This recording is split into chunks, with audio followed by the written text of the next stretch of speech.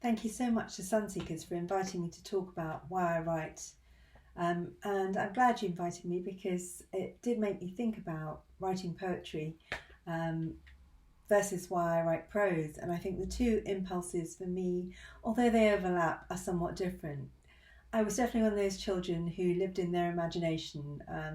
I was always telling stories to myself and living in an imaginary world, really. And some of the poetry I write definitely has a strong narrative impulse and is informed by myth. In this particular book, the myths of goddesses from different cultures and history.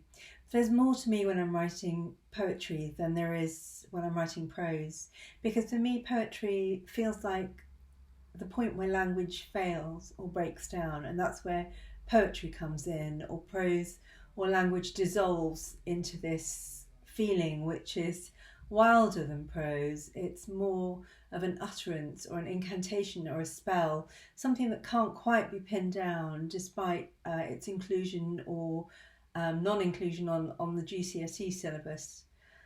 For me, poetry is something that sort of hovers between the ear, the eye, and the throat and the mind. You know, it's a restless spirit that haunts this house that is our body.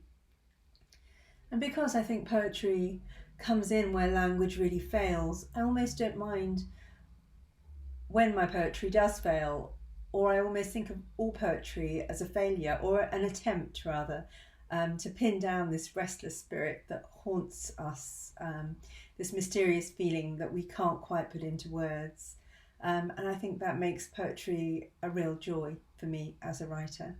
Thank you.